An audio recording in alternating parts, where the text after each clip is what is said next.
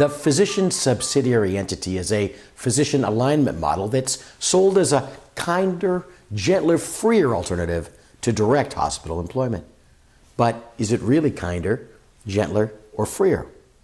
Although there are various alternatives to setting up the subsidiary model, generally the assets of a medical group are sold to the hospital.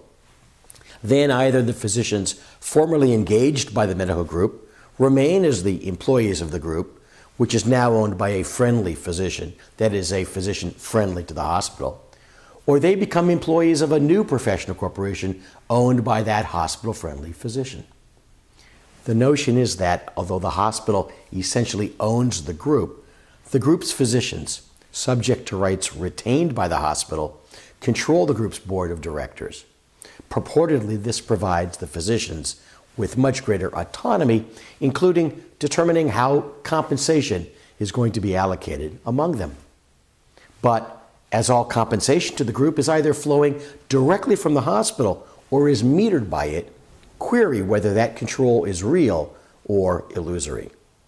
The physicians do have more control over how the allowed sum is allocated among them, or at least the board or the officers of the subsidiary hold that control.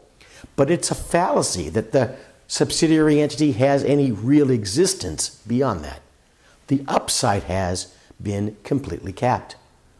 Of course, if the only two alternatives to be considered are hospital employment with no more group to have a role in determining compensation, or an illusory group that permits some control to the physicians to determine who in the group gets what, then there is perhaps more freedom in that second model. But it's the same degree of freedom that exists within the giraffe enclosure at the Santa Barbara Zoo. The giraffes can run anywhere they want, except where they can't.